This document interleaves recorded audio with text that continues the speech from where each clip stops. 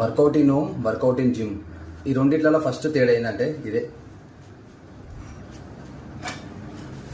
Home workout అయితే మనం ఏ పద్ధతిలోనే ఎట్లయినా వర్కౌట్ చేసుకోవచ్చు. అలిగేటోడు కూడా ఉంటాడు, అది మన ఇష్టం.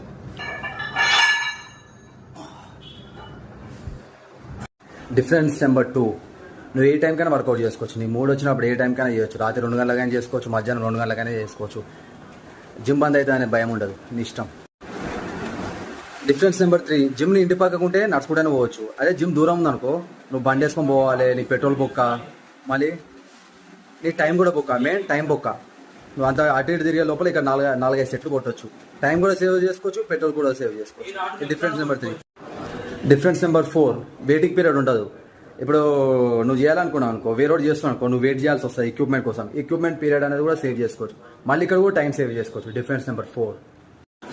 డిఫరెన్స్ నెంబర్ 5, ఆడు చూస్తుంటే ఈడు చూస్తుండు మంచిగా చేయాలి అది అనే ఏతులు దేనికి అవసరం లేదు. నీ ఇష్టం కూడా చేసుకోవచ్చు, ఎవరిని పట్టించుకోవడం అవసరం లేదు. డిఫరెన్స్ నెంబర్ 5 ఇది. డిఫరెన్స్ నెంబర్ 6, జిమ్ ఫీజు కట్టే అవసరం లేదు. జిమ్ పైసలు ఎట్లా అనేసి ఆలోచించే అవసరం లేదు మైండ్లో, నీ ఇష్టం. హోమ్ వర్కౌట్ అయితే నీ ఎక్విప్మెంట్ కొనుక్కుంటే సరిపోతుంది.